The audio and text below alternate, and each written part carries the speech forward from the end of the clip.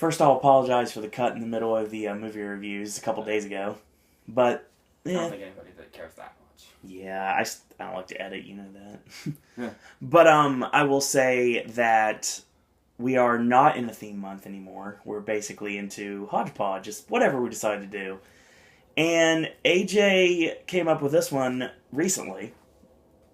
Recently to do this one, because this is something that's actually been on the list for quite a while.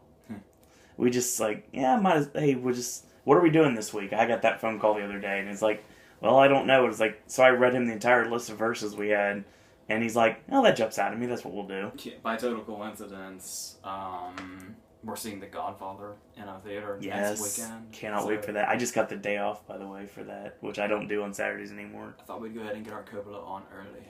So I guess we're going to find out what you mean when you talk about gold. Oh, yeah. Anybody who's seen The Outsiders will know exactly what I'm talking about, but you as an outsider... Yes. For The Outsiders... Hey, have no idea. Okay. So we're going to find out what happened when Matt Dillon performances collide. It is Rumblefish versus The Outsiders. AJ, take it away. Alright, it's actually not only Matt Dillon that's in both movies. We have Diane Lane is in both of them, and Tom Waits is in both of them.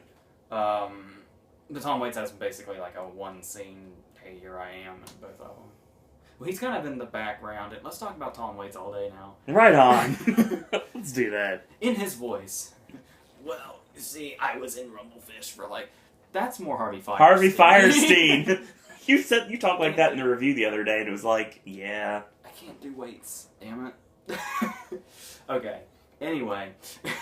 Your gym membership fees aside, you cannot do weights. Okay.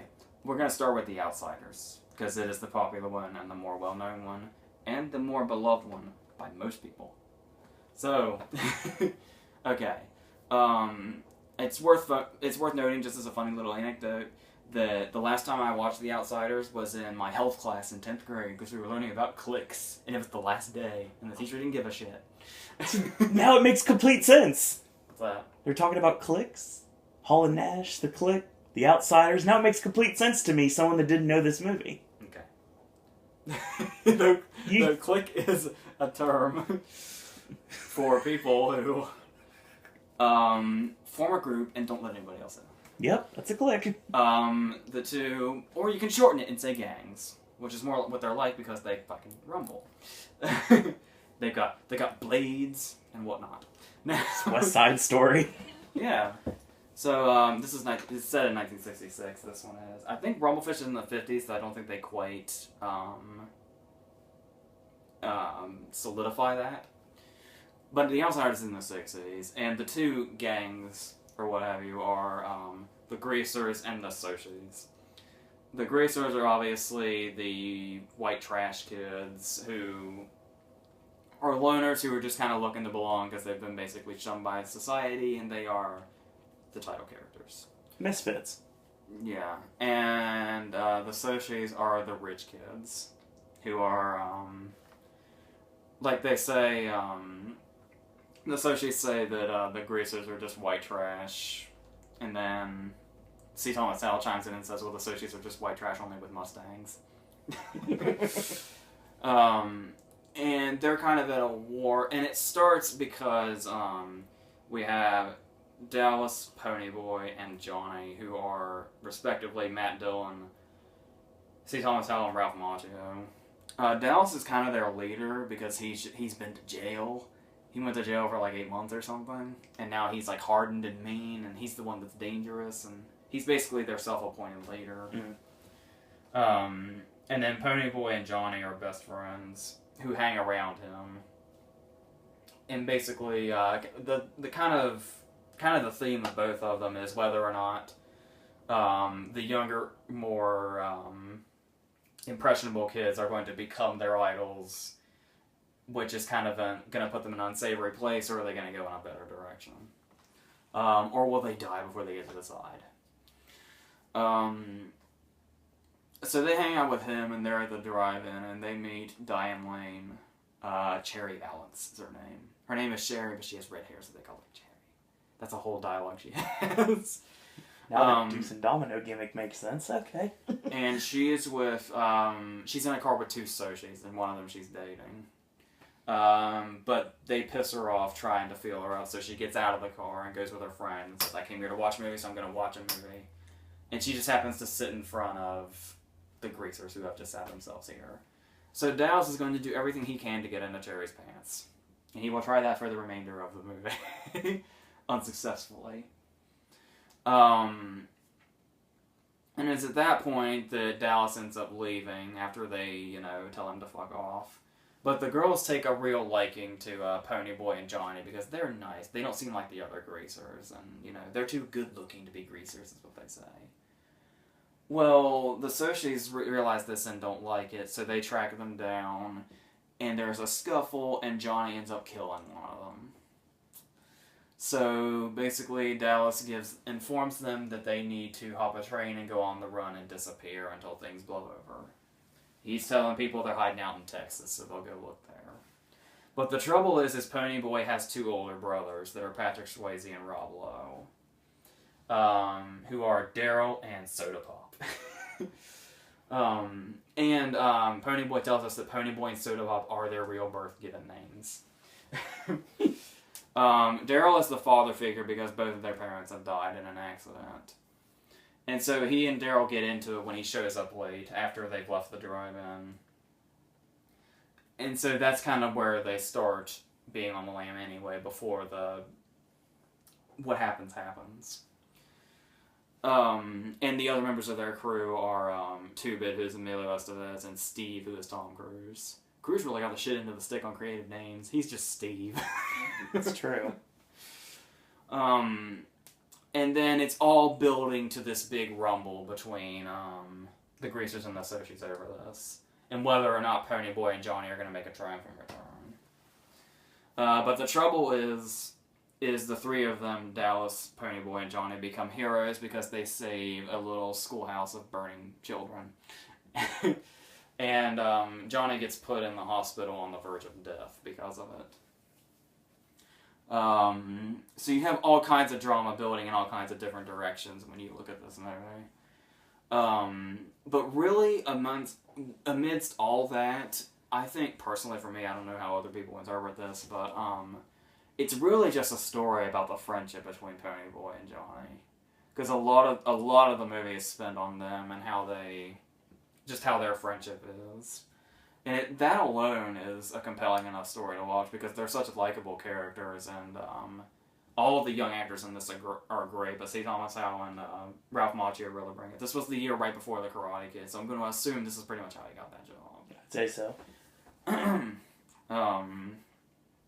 So there's that, but then there's a lot of other things. Obviously, it's Francis Ford Coppola. This is after The Godfather. This is after Apocalypse Now. This is after The Conversation. He obviously had made a name for himself by this point.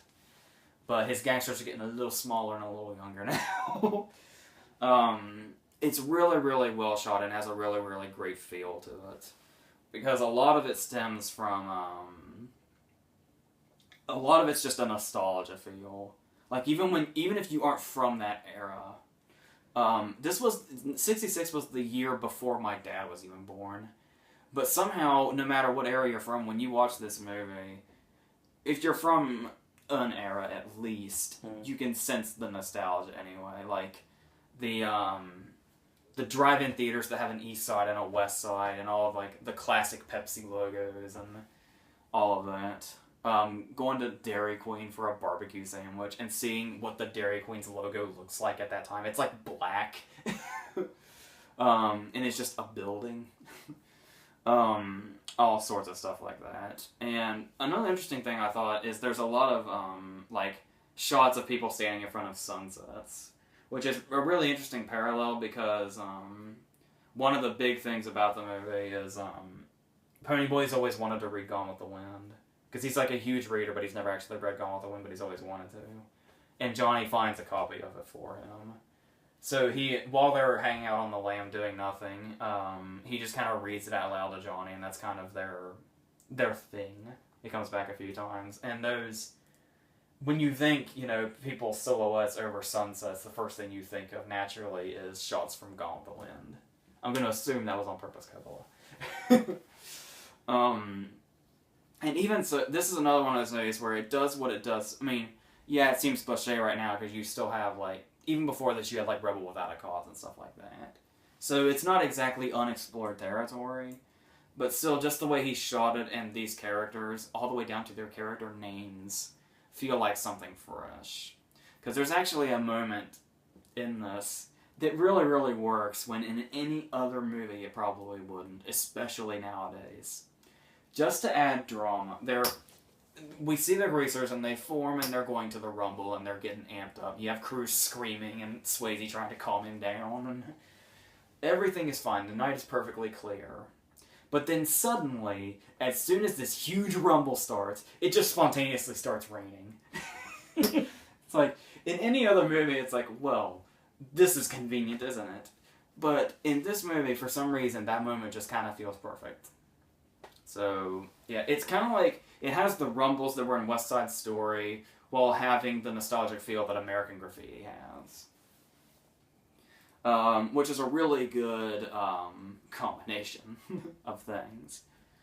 Now, of course, what's really great about these older movies with these big casts is you can look at them and you can say, oh, that person went on to be this big person, or that person went on to be that big person. But there's always that one person that stands out where you say, well, that person didn't do anything after this. This cast was so perfectly assembled. You recognize all of these people. Every single one of them. Every single one of them, even if it wasn't, like, a lot or a big thing, like Ralph Macchio really only has, like, The Karate Kid and My Cousin Denny. Emilio Estevez, like, has John Hughes and, The Mighty Ducks. Oh, yes, of course. Probably because he disappeared from the third one is why I forgot. A lot of name drops of movies that are coming to Versus soon. Yeah. And even C. Thomas Howell, like, I guess the only other thing people think of is The Hitcher. But even so, that was a big movie. It inspired a lot of movies. So still, even he had something. Side Out is a fun movie. It's a movie where he plays volleyball on the beach. I'd check it out if you can find it. It's just a nice little movie. It's like something I'd watch on HBO at like 12 o'clock in the afternoon. Yeah, when I saw it, it was on like when my parents would videotape HBO movies. Yeah, just right in a row. Side Out was on one of those, and it's basically been an in-joke between me and my brother for fucking ever. Because he just mentioned it one day, and I was like, "Whoa, you've seen Side Out? I thought I was the only person that knew Side Out was a lie." It's like I learned the joys of moving violations that way too. So now that I've talked about Side Out, and also she's not even pictured here, but Diane Lane, obviously. Her character is basically a MacGuffin. She's there just to set off the reason for the Rumble. Because we really don't even see her much after that. But still, the whole cast is it's really impressive that they found a cast that young and that breaking out. And almost all of them went on to do great. Like, some of them are still, like, Tom Cruise is in here. Yeah. And, Rob Lowe just had Parks and Recreation, so he's still going strong. And that Kennedy TV movie. Now, the thing here, another thing this movie is really famous for is you were wondering why I said gold when I was put on the spot for something that related to it. Yes. I guarantee, you haven't seen the movie before, but I guarantee this line will ring a bell. This is one of those movies that has an infamous sad ending. Because, of course, right before the big Rumble, or no, it's right after the Rumble, Johnny dies in the hospital from his burns. Because he's basically just given up all hope in life. He wants Gone with the Wind read to him and all that, and he's just kind of slowly fading away. But the last thing he says right before he dies is he looks up at C. Thomas Howell and he says, "Stay gold, pony boy." And then he drifts off. Yeah, I've heard that before. And in the very last scene of the movie, he has written a long letter to Pony Boy, and he describes, what exactly that means and why Pony Boy is considered what he considers gold to be. And then we also have the other sad portions of this ending. Yeah, there's fucking two. when Johnny dies, Dallas goes completely off the rails to the point that he is eventually shot and killed by the cops.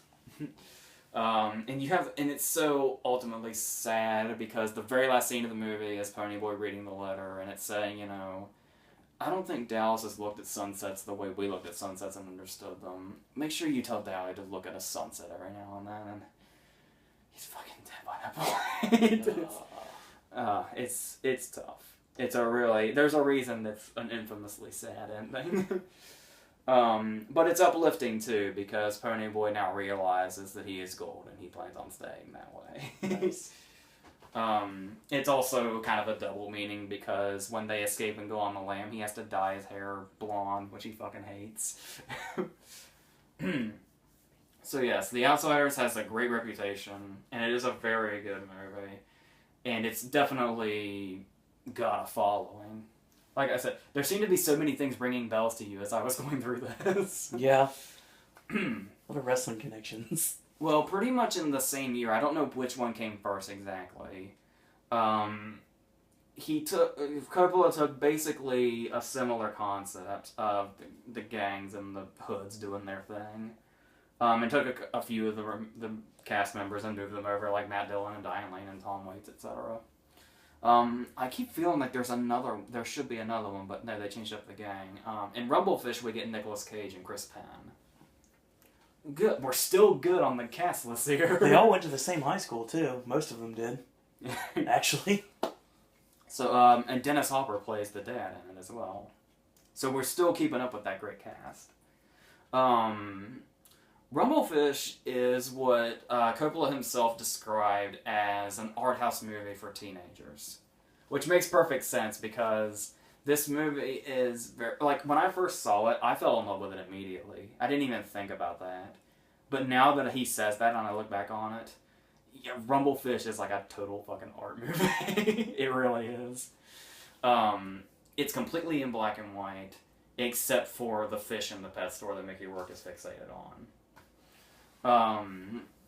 And of course the title derives from the fact, obviously it can be symbolism for them, but it's also, the Rumblefish are the fish that he's fixated on in the tank, and they have to be separated in the tank because they'll just attack each other.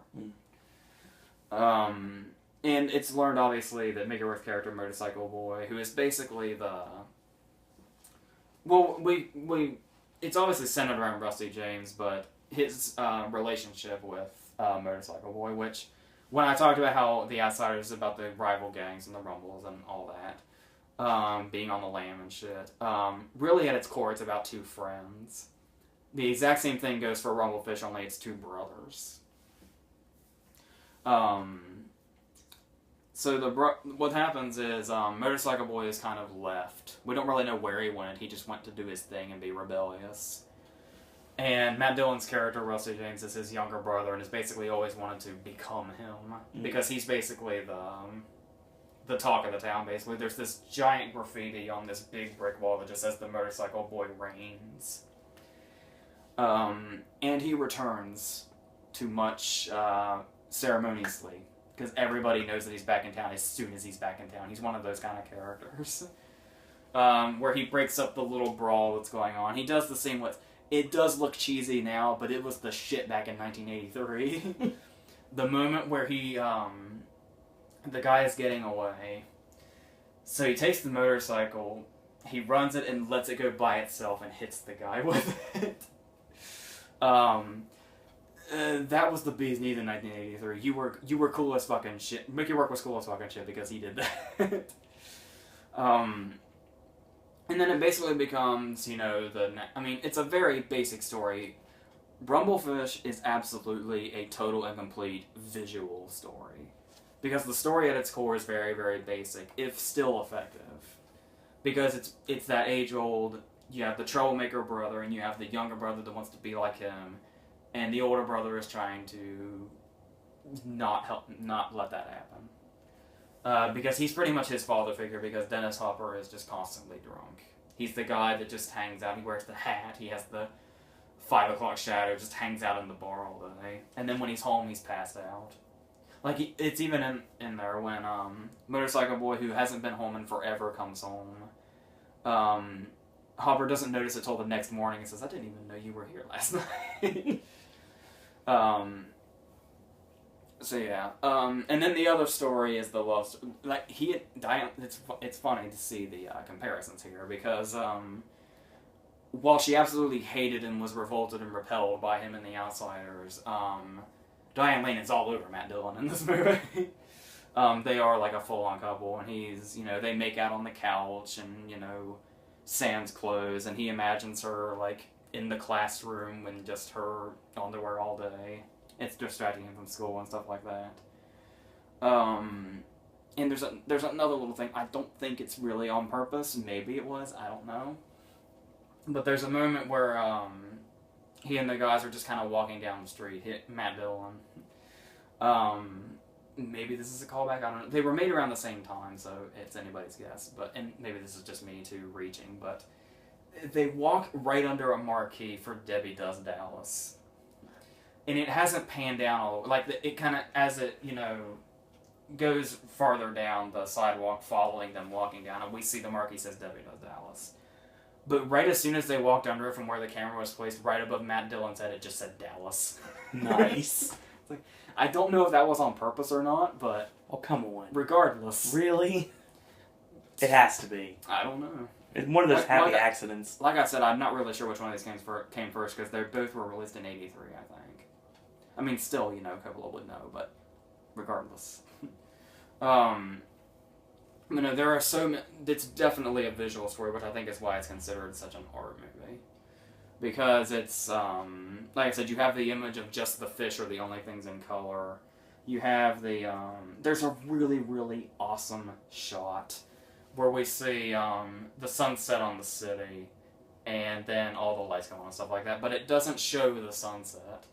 The camera is focused towards the city, away from the sun, and we see, like, the reflection of the sunset going down over a building, and then we see all the lights come on. That is an awesome shot. And then there's there's this whole segment where Rusty James gets robbed by Tracy Walter. He gets mugged. The guy that plays Bob Lagoon in Batman. Nice. And after that mugging, he gets the shit beat out of him and then has an out-of-body experience and just kind of floats around his head. It's kind of like the Ghost of Christmas Present portion of A Christmas Carol. And he just has visions of what people probably think, imagining, like, his death. Now, we do have a great cast list here, because apart from the people I mentioned, we also have, like, Lawrence Fishburne is in here. In a pimp suit and a pimp hat, just looking as fucking pimp as possible. Which, was easy for young Lawrence Fishburne. Yes. This was back when he was still Larry. There's a whole side plot with Cage's character, where he has this gathering at, like, a cabin, where he helps Rusty James hook up with some girl. And it was a whole ploy the whole time, basically, to get Diane Lane to break up with him so he could go after her. That's kind of its own thing. Like I said, the story points are really thin, but they suit the visual story well enough to where it can tell the story in all the ways that it needs to. But the real thing that makes Rumblefish stand out, and I think probably the thing that it's most famous for, this was like the breakout role for Mickey Rourke. Because he starts off as, obviously he's the motorcycle boy, and he's built up to be like this mythic stoic character of just everybody knows who he is, and he basically rules the town when he's here. And when people hear his motorcycle, everybody in town knows who he is. But as the movie progresses, he starts to really crumble as a human character. And we get to see, like, he has the whole monologue about the fish and how they need to be released back into the river. And then there's the scene where he basically, mirroring the decline that Dallas goes through at the end of The Outsiders, he just completely loses his cool and breaks into the pet shop and steals the fish and goes to take them to the river. And despite being unarmed, because he's the motorcycle boy and the cops are completely against him and everything he stands for, he's on his way to the river to dump the fish out, and they just fucking shoot him dead. And then you kind of have that... I've always wondered exactly how we're supposed to take the ending because it's kind of bittersweet in a way, I guess. Because all Rusty James wants to do is take over Motorcycle Boy status.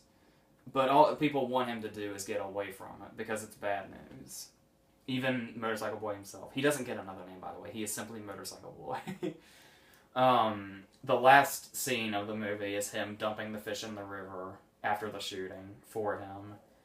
And then there's this fantastic shot as the end credits roll where we see Rusty James and he's on his brother's motorcycle. And he's just out by the river and we see like the sun reflecting off it and the birds and the doves and all that. And we see that Rusty James did end up becoming the Motorcycle Boy. So it's kind of interesting to think about what we're supposed to do with that ending, whether it's a good thing or a not good thing. It's good for him himself as a character, but that the same thing could happen to him that happened to Motorcycle Boy, or worse, will always loom over that. So it's kind of bittersweet in a way, I guess. As far as which one I prefer, I've always preferred Rumblefish. Just because, like I said, it was like The Outsiders I've seen a few times, and it's like, yeah, that's good. But the first time I saw Rumblefish, it was like love at first sight. Like I don't know exactly what it was that did it. Like I said, it's not even really the story is just paper thin, but it's just such a visual work of art, and that gets the story across better than anything in either movie. So yeah, that's why I would do that, and why I prefer it. Alright, so hopefully you enjoyed the content from the previous weekend. Hopefully you enjoy the content coming up this week. And there was a lot of sidetracking in this video, but I think I got my point across. Yeah, pretty much.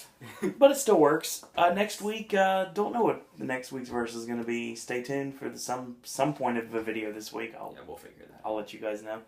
So, AJ, any parting words? That's it.